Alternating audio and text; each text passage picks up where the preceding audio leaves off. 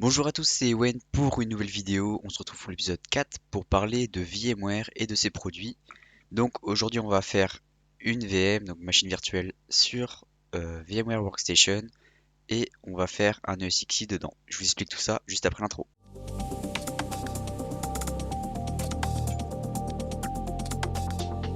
Pour cette présentation de logiciel VMware, on va pour cet épisode 5 aller tout de suite sur Mozilla. Donc déjà la première chose à voir, c'est que là je suis sous Linux. Parce que vous êtes en train de vous demander pourquoi je suis sous Linux. J'ai des problèmes avec Windows, je suis beaucoup mieux dessus, c'est libre, c'est gratuit. Bref, on va pas s'étaler là-dessus. Ça consomme pas beaucoup de RAM, on va pouvoir virtualiser correctement. Je vous conseille juste vite fait d'essayer Linux. Donc là c'est Mint, celle que je vous favorise le plus à essayer si vous passez de Windows à Linux. Mais si vous voulez rester sur Windows, il n'y a aucun souci pour toutes ces vidéos qui vont suivre. Donc on va noter VMware. VMware est une entreprise de virtualisation de logiciels et de serveurs, par exemple. On va regarder leurs produits pour voir qu'est-ce qu'on va présenter. Donc vous pouvez aller sur leur site et regarder qu'est-ce que je vais présenter, savoir à l'avance, pour comprendre si j'explique mal certaines notions. Donc Horizon, ça sera, vous irez dans le navigateur web, vous allez taper une adresse, et vous aurez toutes vos applications qui seront virtualisées. Donc ça on va le faire. Le cloud, du coup je sais pas, mais le Horizon oui. Workspace peut-être. Tanzu, bien sûr que oui. Là, il va falloir une machine assez gourmande en ressources. En fait, on va avoir besoin de pratiquement 7 Go de RAM dédiés à la machine virtuelle en soi.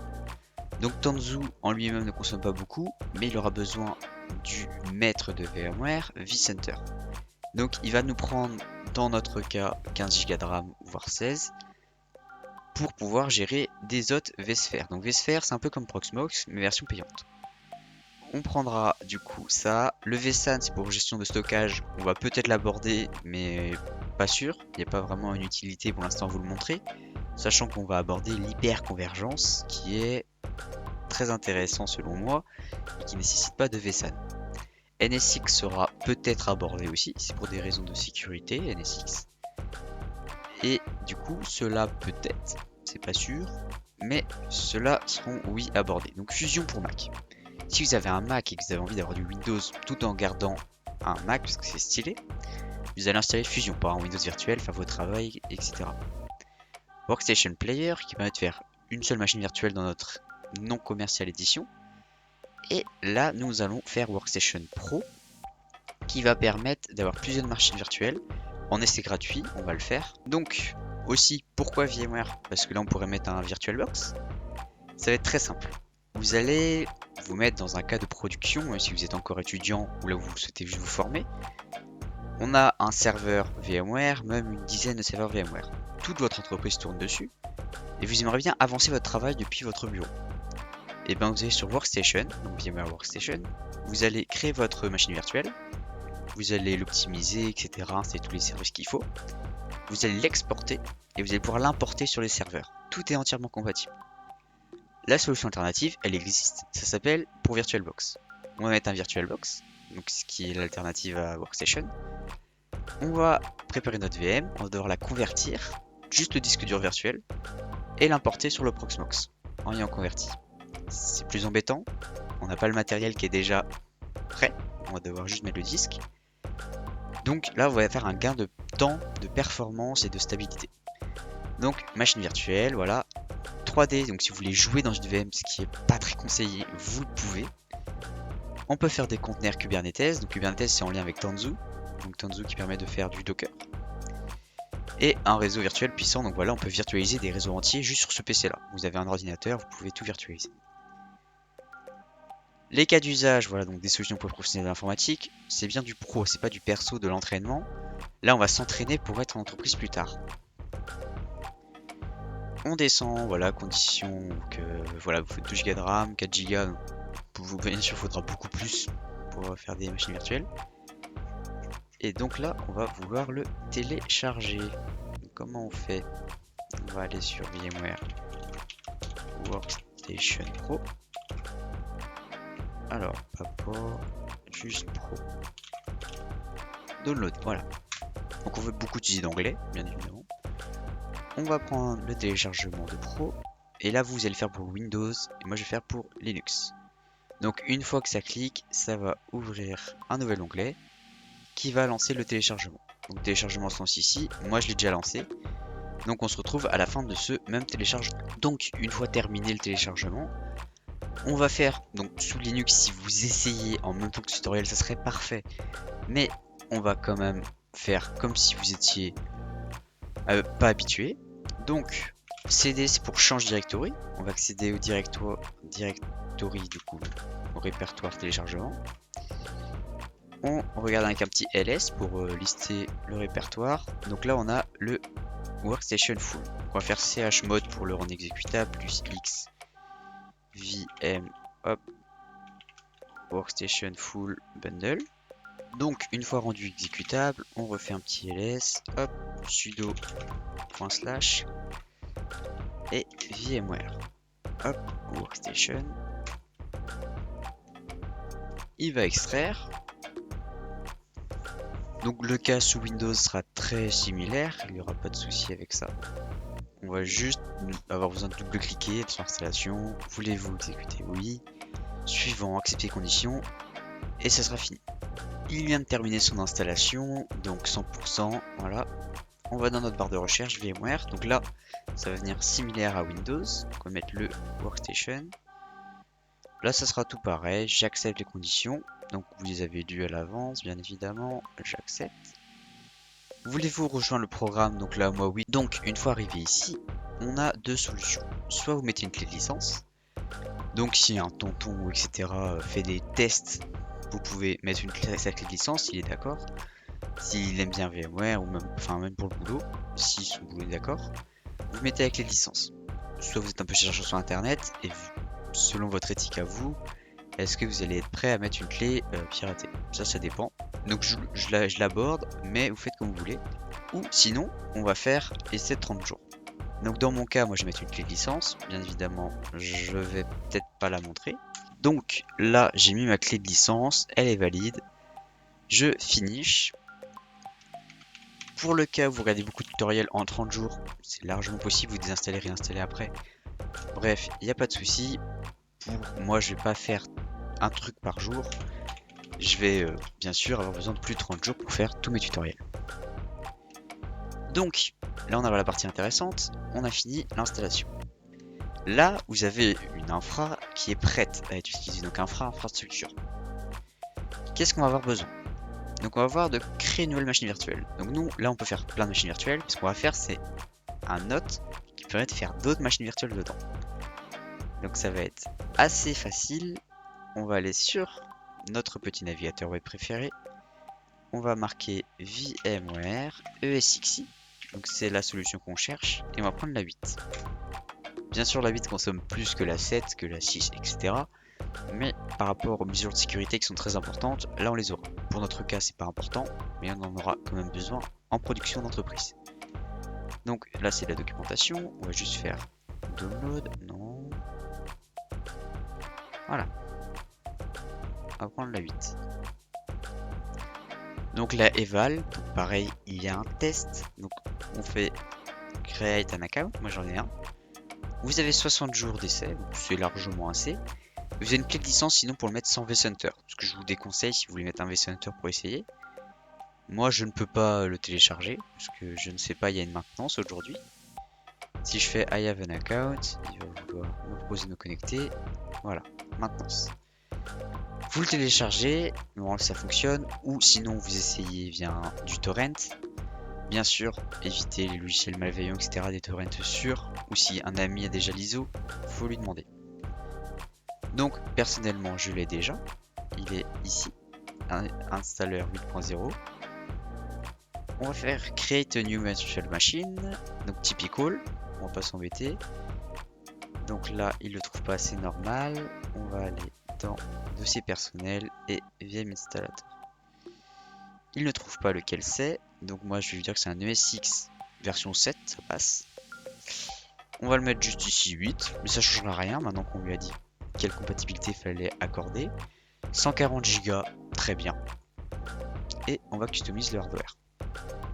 Donc là on a 4 Go, de cœur, nickel. Voilà, là on peut parler des réseaux virtuels. Donc déjà on regarde vite fait, ici la RAM vous pouvez la louer, c'est facile. Ici, combien de cœurs physiques, combien de cœurs virtuels vous voulez mettre. Donc clairement vous avez admettons 4 cœurs sur votre processeur. J'ai déjà abordé dans l'épisode 3, ça va vous faire 8 cœurs virtuels. Donc là c'est à vous de choisir combien vous en mettez en physique virtuelle. Honnêtement je vous conseille si vous voulez mettre 4, 2, ça fait 4, voilà. Mais là comme ça c'est très bien. Donc là l'Intel VT qui permet de virtualiser dans la machine virtuelle est activé. Donc c'est possible. Le CPU, on va pas le mettre, ça va virtualiser CPU, donc il va dire à la machine virtuelle que c'est une machine virtuelle. L'ISO, donc le CD virtuel, c'est installé. Ici justement le bridge, ça permet d'utiliser mettons, votre réseau chez vous, il y a 192.168.1. quelque chose. Il va utiliser cette adresse là. Donc c'est pas forcément mal, mais si vous êtes souvent en déplacement, c'est déconseillé. Vous pouvez me répliquer le statut du réseau. Le NAT permet d'avoir une adresse virtuelle. Et du coup, dans Host Only, ça va être juste avec vous, mais c'est déconseillé, elle n'a pas internet. Ici, c'est pour utiliser un réseau spécifique. Donc ici, quand vous mettez Virtual Network, vous avez voilà, Virtual Network, vous pouvez customiser et attribuer ici. Ici, c'est juste pour faire un LAN virtuel. Nous, on va utiliser du NAT. Voilà, USB controller, on le laisse en 1.1. Clairement, on n'utilise pas d'USB dans ça pour l'instant. Accélération 3D, on n'en a pas besoin pour ça. On close. Donc, en passant par VirtualBox, donc là, juste avant, vous venez de voir la séquence sous Mint qui était sur VirtualBox. Là, je l'ai passé sous VMware, ce Mint virtuel, pour le tuto. Donc, on n'a pratiquement fait aucun changement. Vous serez sur une machine dédiée, vous n'aurez pas ce problème-là. Là, j'ai le SXi8, donc je n'ai rien changé. Quand je vais dessus, il me l'a mis par défaut processeur. Voilà, l'Intel VT, il est fait. Je start up la VM et on va faire le plus général possible. Donc, si vous l'installez sur une machine dédiée, ou pas. Donc en fait le problème là on va attendre. Le souci c'est que si vous installez sur une machine physique, il peut avoir le problème des processeurs non compatibles. Alors c'est du non compatible. Parce que on va faire une commande là. On va faire Shift O, donc flèche du haut au-dessus de contrôle plus O. Et on va avoir du coup une console qui s'ouvre. On va écrire une certaine commande. Attention le clavier est en QWERTY. Et cette commande va permettre de patcher le processeur. Parce qu'en fait le processeur fonctionne très bien. Mais c'est juste qu'il veut pas.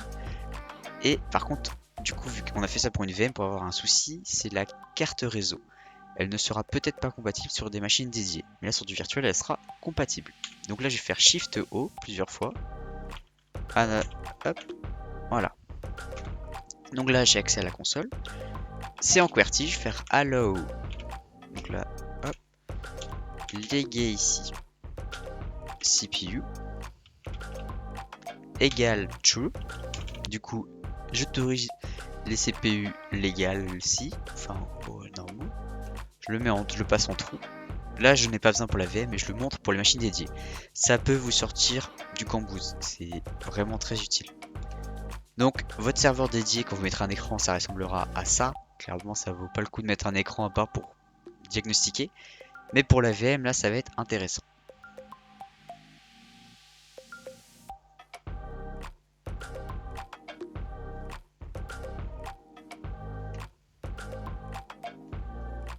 Donc comme vous pouvez le voir, on a ici un menu qui se retrouve juste ici. Donc on voit bel et bien que je suis dans une machine virtuelle et je fais une machine virtuelle. Et ça fonctionne, c'est ça le plus impressionnant. Et que dans cette toute dernière machine virtuelle, donc le SXi, il y aura d'autres machines virtuelles. Donc vous voyez le concept de l'épisode 3 est vraiment la virtualisation très important. Là ça m'évite d'utiliser 5 PC au moins pour virtualiser pour mes tutos. Là j'utilise mon ordinateur habituel et j'ai tout ce qu'il faut. Donc là, shutting down, ça faut pas avoir peur, c'est juste un message comme ça. Alors, pourquoi déconnecter? Bon, ça doit pas être grave. Voilà. Donc là, c'est la page que vous aurez le plus souvent possible. VMware ESX, donc le 8. Donc vous adapterez si vous avez un serveur dédié. Heureusement, vous avez récupéré la version. Donc là, admettons, souvent c'est le 6.0 qui sera compatible avec les vieux serveurs. Le kernel build, on s'en fout un petit peu. Ça, c'est la machine. Donc là, par exemple, si vous achetez sur un serveur HP, il va marquer HP service, HP quelque chose, Dell quelque chose. Le nombre de processeurs. Donc là, j'ai deux processeurs de cœur, plutôt Intel i7. Et j'ai 4 Go de RAM. En virtuel, il ne détecte pas le physique. Mais ça veut dire que ma machine physique a un i7, elle l'a redonné au Mint virtuel et qui l'a redonné à ce fameux ESXi. Donc vous voyez que c'est impressionnant. Là, faut le comprendre, faut être assez perché des fois pour comprendre la notion de virtualisation. Mais du coup, on se retrouve à la fin du chargement. Donc une fois sur notre machine virtuelle, là, elle a chargé, on va faire continue, donc entrée. Donc là, il faut être bien dans la VM. F11 pour accepter les conditions d'utilisation. Il va scanner nos disques durs virtuels. Donc on attend un petit moment. Il a trouvé donc un VMware. Donc, votre disque ne s'appellera pas VMware si c'est une machine dédiée, bien évidemment. Vous faites entrer. Hop. Vous cherchez French. Hop. Pour le keyboard layout. Le mot de passe route sera hop, le mot de passe que vous souhaitez. Donc moi je vais mettre un assez sécurisé avec des caractères spéciaux. C'est pour un laboratoire, c'est pas très important, mais c'est toujours mieux pour ce qu'il exige. Hop. Donc là, Zdisk va être répartitionné. Donc là, vous allez faire oui. F11, voilà, ça va s'installer. Pour pouvoir, admettons, vous êtes bloqué dans la VM, la souris, là je la bouge, elle ne sort pas. On va faire CTRL ALT en même temps. Et ça permet de sortir de la VM. Donc là, je peux me rebalader, je peux rebouger. Et quand on va travailler, on va pouvoir... Bon là, c'est le problème de Promiscuous Mode. Ça, vous n'aurez pas ce problème-là d'interface déconnectée. Vous fermez et vous pourrez ouvrir le navigateur. Et donc pas fermer, mais ici, il y aura marqué, voilà, cette petite icône. Ça veut dire que votre machine virtuelle est en cours d'utilisation. Donc, on va attendre patiemment que ça s'installe. Et on se retrouve juste après. Donc une fois l'installation terminée, donc on va sur VMware, hop, on va avoir Successful, Remove l'installation média, donc là on va pas le faire, mais concrètement sur machine dédiée vous allez enlever la clé USB d'installation. Donc là on va faire Enter.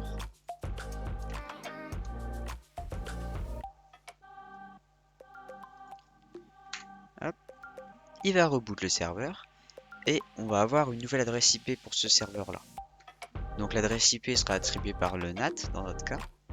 Mais dans la vraie vie, sur des vrais serveurs, l'adresse IP sera donnée par votre routeur, donc par votre Livebox par exemple en France. Donc ici, il faudra toujours faire la manipulation du allow legacy cpu boot, enfin égal true du coup. Mais là, moi c'est compatible, je vais pas le refaire. Et il faudra s'enseigner sur internet, sinon comment faire pour le mettre à vie, parce que sinon à chaque redémarrage serveur, il faudra remettre cette commande là. Et vous pouvez l'inclure dans les fichiers serveurs pour qu'il patch à chaque démarrage. Quand on a vu pour le téléchargement d'ISO, il y avait le point ISO et un certain package. Ce package là va permettre de pouvoir créer un ISO customisé. Donc pour votre serveur spécifique, donc un ordinateur classique ou autre, rajouter le driver, donc le pilote qui sert à faire fonctionner votre carte réseau. On va l'ajouter de VMware dans ce fichier ISO. Et on va pouvoir installer VMware sur ce serveur. Comme dit précédemment, l'avantage par rapport à Proxmox, c'est que Proxmox est sur beaucoup de machines compatibles, mais ça manque d'écosystème. Un peu comme Apple, vous allez avoir Windows qui est très bien, vous pouvez passer à un Android sans problème ou iPhone, etc. Mais Apple, vous serez vraiment dans un écosystème fermé, il faut être habitué. Là, on est bien dedans, tout fonctionne. Là, c'est pareil avec VMware. VMware sera plus ouvert pour partir sur l'open source, puisqu'ils sont des projets open source. Mais l'avantage vraiment, ça va être son écosystème, qui est, comme vous voyez, du PC classique au serveur, tout en passant par le cloud. Donc là, dans notre cas concret, on a eu un petit souci, c'est qu'il n'a pas pris l'adresse IP. Donc là, c'est vu que c'est du virtuel, bien sûr, si on fait du bridged, donc on donne accès à notre réseau, il n'aura pas ce souci-là, il aura totalement accès à notre réseau. Donc, on va regarder quel type d'adresse on a. Donc, on va aller sur la ENS. Donc, 10.128.0.1/8. Hop. Ici, on va faire du coup F2. Hop. On va mettre notre mot de passe qu'on a mis auparavant. Hop. Il va charger. Et là, on va faire Configure Management Network. Hop. Network Adaptator. Ça, c'est bon, il est sélectionné. On va aller sur IPv4, hop, set statique. Donc là, on va mettre la 10. Hop, on supprime ça. 10.128.0.1. ici 255, 0, 0, 0. Et la gateway, je ne sais pas laquelle c'est, on va regarder ça tout de suite. Là, on va regarder même plutôt hop, sur notre PC dédié. Virtual Network Editor. Donc là, on met notre mot de passe route, l'autre mot de passe cette fois-ci. Et on va avoir du coup le NAT qui a la 10 hop, 1, 0. Ok, ça marche. Faudrait que je mette là, ici, la 10, 1, 0. Ok. Je fais retour. Yes. Ah non, c'est la 1, ça fait un conflit IP. On recommence, on va mettre la 2 du coup. Voilà. Donc là, avec la 2, ça devrait fonctionner. Hop. Yes, on applique. 10.128.0.2. Ok. Donc, une fois l'adresse IP d'ici, donc là où vous voyez en HTTPS, vous la rentrez en navigateur. Hop. On arrive sur cette page. Attention, risque pour problème de sécurité. Donc, c'est parce que notre serveur, donc virtuel, n'a pas de certificat. Donc, un certificat sert à prouver que ça n'est pas un logiciel malveillant ou autre. Il faut quand même faire attention, même si c'est un certificat est douteux. Mais là, voilà, il va nous le dire pourquoi. Voilà, tac, plus d'informations. Voilà, parce qu'il n'y a pas de certificat. Donc, pas de propriétaire, on ne sait pas qui c'est. On va faire avancer. J'accepte le risque. Et là, on arrive sur une interface web. Voilà, hop, ESXi host client. On met route. Notre mot de passe mis pendant l'installation. Celui-là. On va l'enregistrer. Ou pas, hein, si c'est en serveur, en entreprise, on va éviter d'enregistrer au cas où que notre PC se fasse pirater. On va faire OK. Voilà, donc on est en mode évaluation. Donc vous avez 60 jours pour essayer le serveur. Donc, pareil, la clé de licence, ça je ne veux pas savoir d'où elle vient pour vous. Mais pour moi, du coup, il y en aura une après. Là, quand on va regarder dans, hop, ici vCenter Server, donc ces fameux serveur principal qui gère tous ces petits serveurs. Donc ça c'est un hôte. On va l'appeler ça justement un host. On peut créer une VM, arrêter, etc. Dans ici. Donc là on peut faire la VM pareil ici. Service. Vous pouvez activer le SSH. Du coup c'est un accès distant depuis votre invité de commande, donc votre CMD, de votre PC pour y accéder à distance. On peut le mettre en mode maintenance. Donc si on a plusieurs hôtes ESXi, on va pouvoir dire que celui-là est en maintenance, du coup, pas créer de VM dessus. Mode de verrouillage, ça on va pas l'activer, mais du coup c'est quand le vCenter du coup prend en main cet hôte on n'ira par exemple plus accès à l'interface web, il faudra passer par le vCenter. Donc ici c'est bon. Dans gérer, paramètres avancés, donc là on a plein de services. Donc ça peut servir par exemple si vous avez une carte graphique dédiée, pouvoir la dédier à une machine virtuelle. On peut faire une machine virtuelle de jeu. Sur un ESXi, sur un serveur dédié, ça, c'est possible. Donc votre serveur, à place de voir une carte graphique VMware, il verra votre GTX ou votre RX. Le démarrage automatique, donc là, celui-là, on va l'activer. Si vous avez une machine virtuelle qui doit être démarrée à chaque fois comme un Windows Server, elle se démarrera automatiquement. Donc là, on laisse tout par défaut. Enregistrer. Hop. Du coup, matériel, on va quand même regarder ici, échange. Voilà, ça on laisse par défaut, on touche pas. Date et heure, du coup, le service NTP, ça peut être une adresse, mais votre box peut servir de NTP. Ça sert quand vous avez des problèmes d'internet ou même pour avoir la même heure partout. Tous vos appareils chez vous vont avoir le même NTP dans l'idéal, tous vos serveurs. Du coup, ça va permettre, donc là j'ai pas mis, d'avoir tout à la même heure, de ne pas avoir de problème de sécurité ou autre, tout est pareil. Dans matériel, donc là c'est en fait ici pour les cartes graphiques, voilà, donc ici il faudra trouver le bon truc. Avoir au cas particulier, normalement on va pas y faire dans ce tuto là, mais c'est à vous de spécialiser, parce que là je vous montre juste l'interface. L'alimentation, du coup là on peut pas gérer. La licence, donc là on n'a pas de licence, il expire le 16 avril pour l'instant, donc je mettrai une clé de licence par la suite. Et ici vous voyez tout ce qui est possible. Donc vSphere, etc. Donc là on voit bien des trucs qu'on connaît. Motion, c'est pour déplacer des VM, etc. À vous de vous renseigner. Le VGPU, justement, c'est une carte graphique virtuelle qui va être dédiée. Mais tout ça, c'est à vous de voir. Du coup, à vous de vous renseigner. Moi, je vais créer des VM par la suite. Mais je vais pas spécialement montrer chaque service. Module, ça charge, mais rien d'intéressant. Service non plus. Sécurité utilisateur. Là, voilà, donc partenaire, ça c'est... Voilà, là. Ici, il nous reste Active Directory. Donc, on va le joindre à un domaine Windows, par exemple, ou Samba, autre. Et on va pouvoir dire, bah, tel utilisateur du domaine. Donc, quand vous connectez, mettons, au collège pour certains étudiants ou au lycée, ou même plus tard, ou en entreprise. Quand vous mettez votre identifiant sur un ordinateur alors que c'est un tout nouveau, parce qu'il est touché sur un serveur de données. Donc là, c'est pareil. Ici, on va pouvoir se connecter avec notre identifiant qui est accepté. La carte à puce, pareil. Quand on met la carte à puce dans l'ordinateur, il va approuver que c'est bien. Les certificats, justement, c'est si on veut plus avoir ce message d'erreur au début, d'avertissement. Les utilisateurs, si on veut en créer en local. Leur rôle qu'on leur attribue, du coup. Donc là, on peut me créer un utilisateur Giver, par exemple. Avec le rôle administrateur, je pourrais tout gérer. Et sinon, juste afficher si vous voulez être professeur, montrer juste les cours sans créer de VM.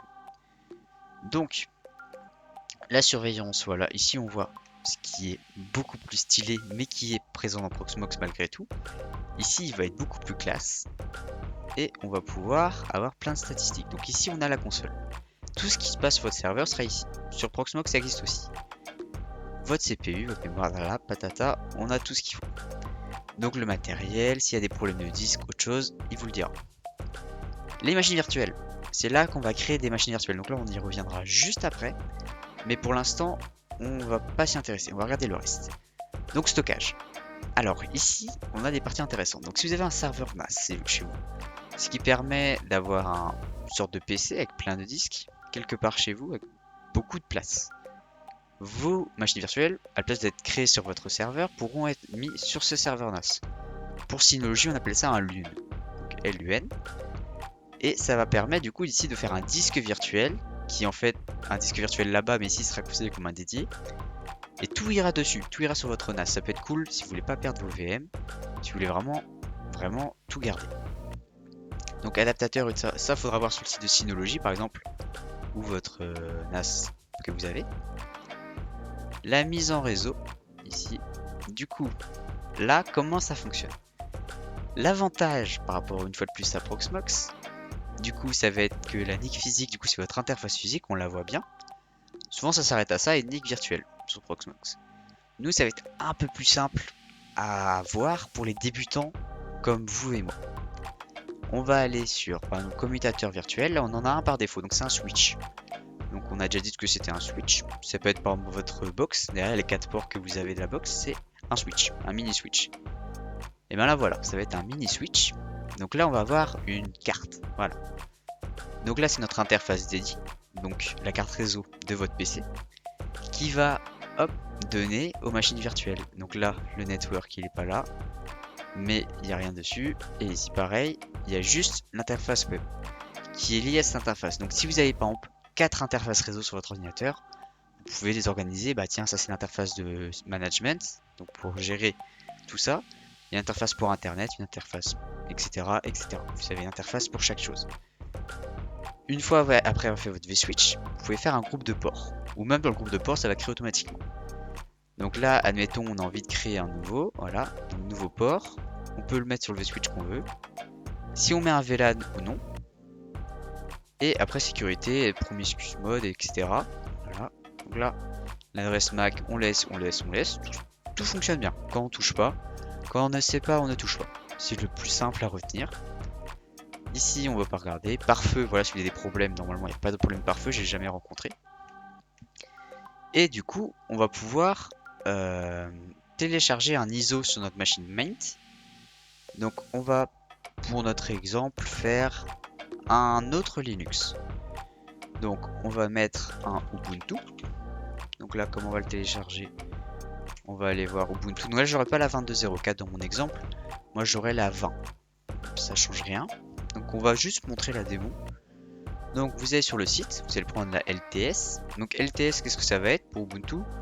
Très simplement, on n'est pas là pour faire une vidéo dessus. Ça va être la version plus stable. Donc, Donc à chaque fois il y a une version LTS qui sort, ça va être la stable. Donc là voilà, je prends la 64 bits et il va me le télécharger cet ISO là. Donc je vous reprends tout de suite, je vais juste aller chercher mon petit ISO. Bon, pour la création de notre machine virtuelle, comment allons-nous faire? Eh bien, nous allons aller dans stockage, Datastore 01, donc c'est une sorte de partition qu'on a créée, qui s'est créée même au démarrage, et on va pouvoir explorer cette Datastore. Donc là, on va essayer d'être organisé parce que le serveur normalement en production restera allumé pendant 24 heures sur 24, 7 jours sur 7. On évite de l'éteindre, on évite de le remettre à zéro dans un idéal. Donc là, on va mettre donc 01, on peut mettre A, on peut mettre ce que vous voulez pour s'organiser. On va l'appeler ISO. Donc ISO, voilà. Dans ISO, on va créer un répertoire et là on va lui mettre Linux. Bien sûr, je ne ferai pas que du Linux dans toutes mes vidéos. Pour l'une des prochaines vidéos, il y aura peut-être un serveur Windows par exemple, qui pourrait être très intéressant. Mais pourquoi pas aborder du Linux aussi, alors qu'il faut connaître les deux en fait. Donc c'est important. On va télécharger. Donc télécharger, là vous voyez bien que c'est vers le haut. Donc c'est de mon ordinateur qui va envoyer vers le serveur. Télécharger vers le bas, vous le connaissez plus communément pour télécharger des fichiers. Donc là, ça serait uploader. En anglais, c'est plus simple. Download pour prendre d'un serveur et là, on va upload pour envoyer vers un serveur. Donc, on peut voir ici que ça monte. Donc, on peut même regarder le débit dans moniteur système. Donc, l'alternative de gestion des tâches. On va aller dans ressources et là, on peut voir le réseau. Donc là, on est à 10 MO secondes. Sachant que là, maintenant, la VM n'est plus sur... le VMware n'est plus sur ici. Donc ici, en fait, on a toujours le VMware, mais il n'y a plus de VM dedans, d'allumer.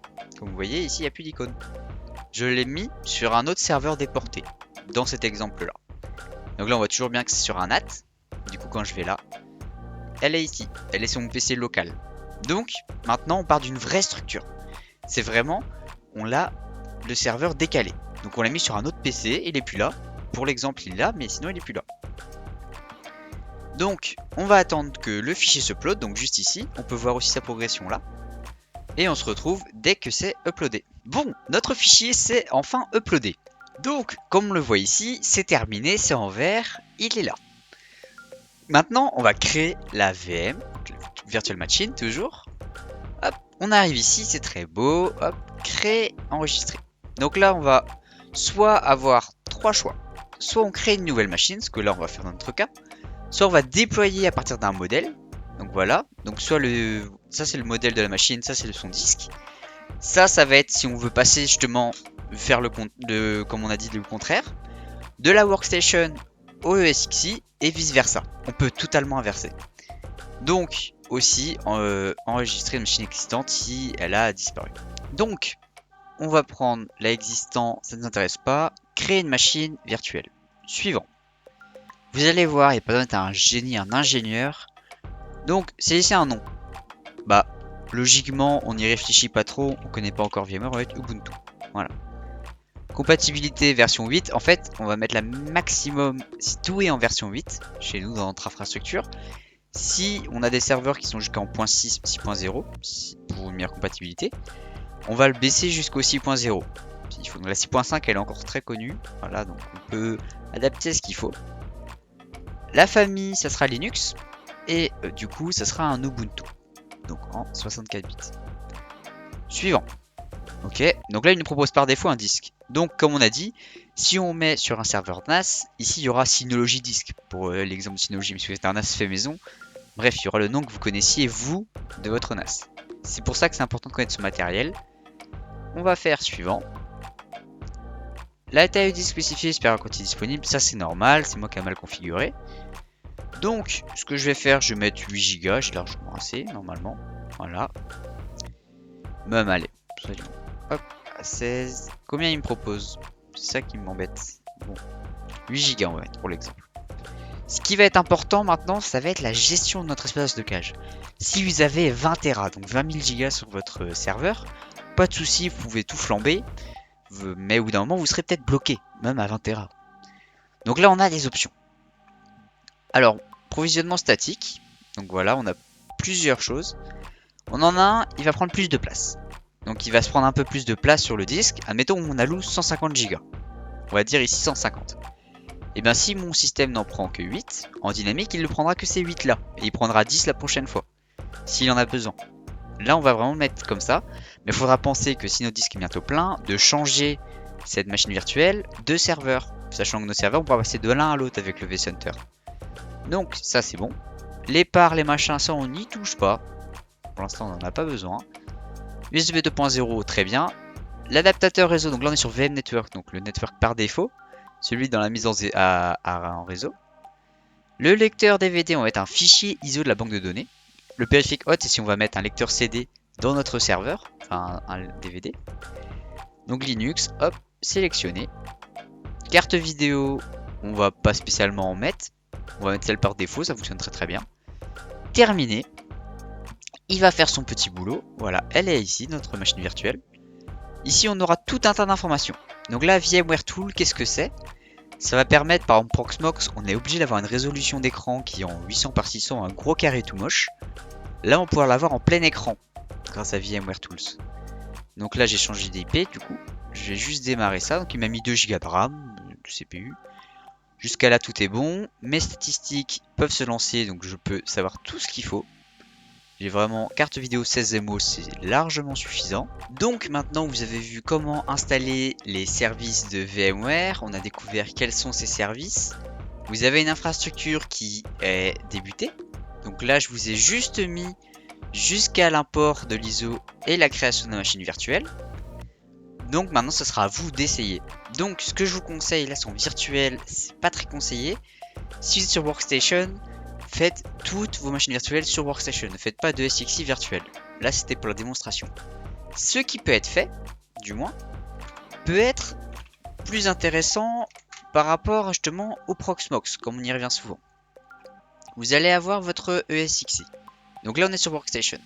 On a un ESXi, admettons, vous avez récupéré un ordinateur qui est compatible VMware et qui est dans votre cave, par exemple. Cet ordinateur est configuré, vous avez accès depuis le net.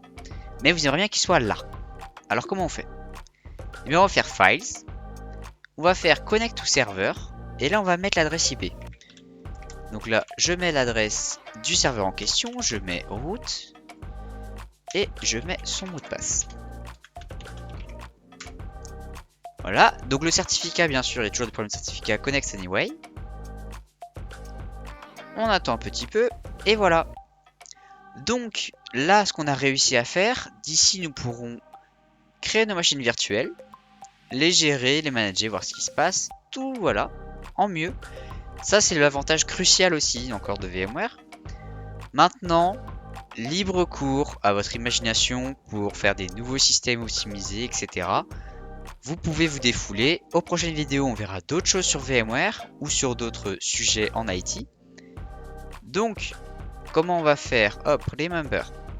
On crée nos machines et on va les lancer, etc. Là, vous avez vu la globalité. Donc, après, quand vous avez des problèmes, comment on va faire? Eh ben, le forum de VMware et les vidéos des autres youtubeurs autres que moi, souvent en anglais, vont pouvoir vous montrer vos problèmes, comment les résoudre. Donc, pour tous les problèmes que j'ai eu, j'ai pratiquement eu à chaque fois des résolutions. À part pour les drivers, j'ai eu quelques soucis, mais sinon, tout fonctionne.